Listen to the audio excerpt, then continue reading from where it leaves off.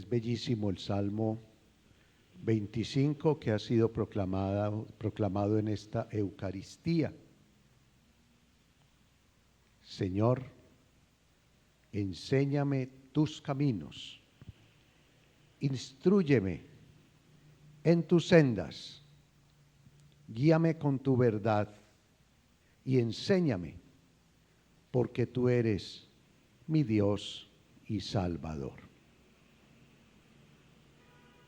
Esta súplica del salmista nos muestra cómo es necesario siempre invocar, pedir, suplicar, no solamente el acompañamiento de Dios en nuestras vidas, sino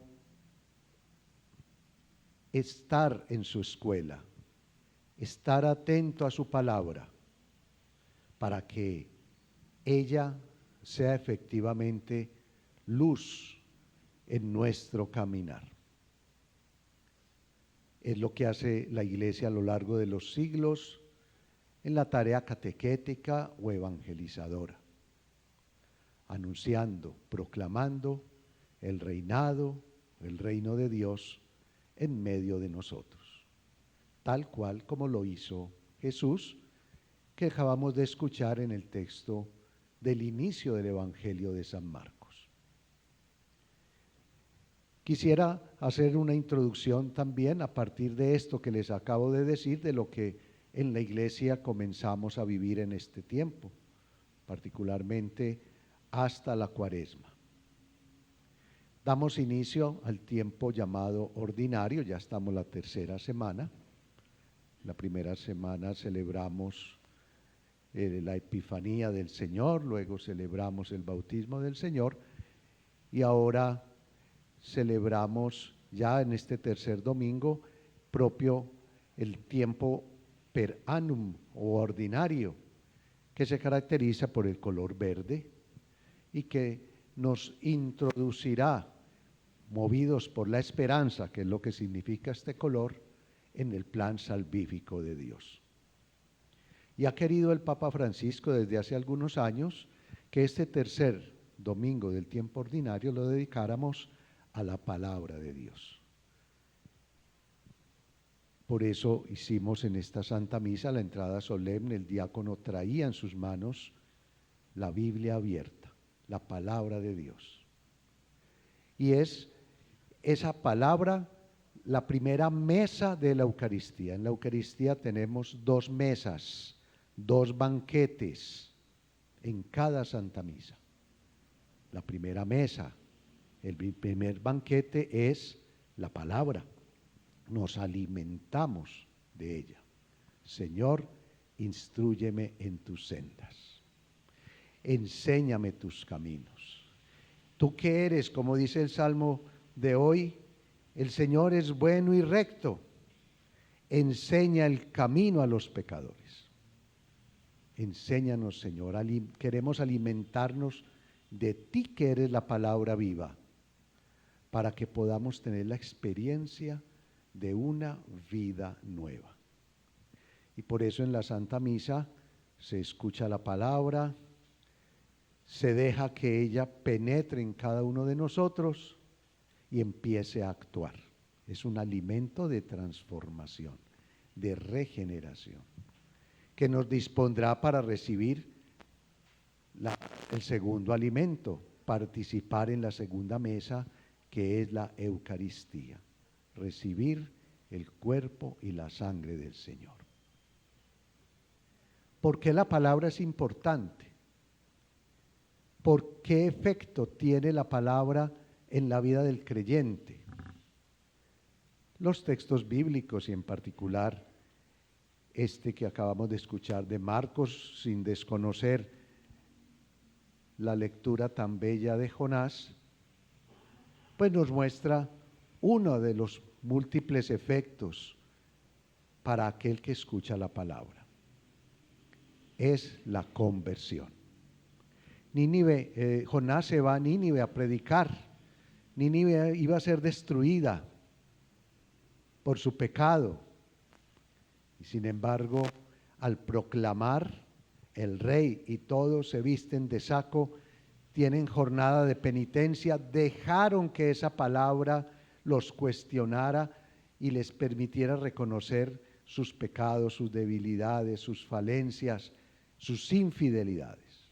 Dejaron actuar la palabra y se convirtieron y hicieron el esfuerzo, dice el texto, al ver lo que habían hecho y cómo se convertían de su mala vida, se conmovió Dios.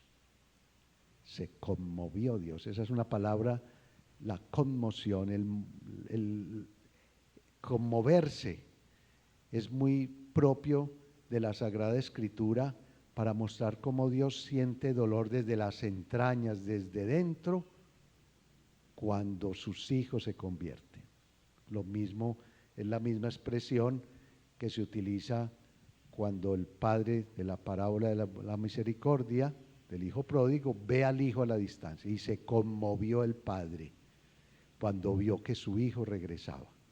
Aquí lo mismo, es la misma palabra, conmoción. Entonces, la palabra en los ninivitas surtió un efecto, conversión. Y esa conversión le movió, por así decirlo, perdónenme la expresión, el talón de Aquiles a Dios. Es el punto débil que tiene Dios cuando nosotros damos el primer paso para la conversión.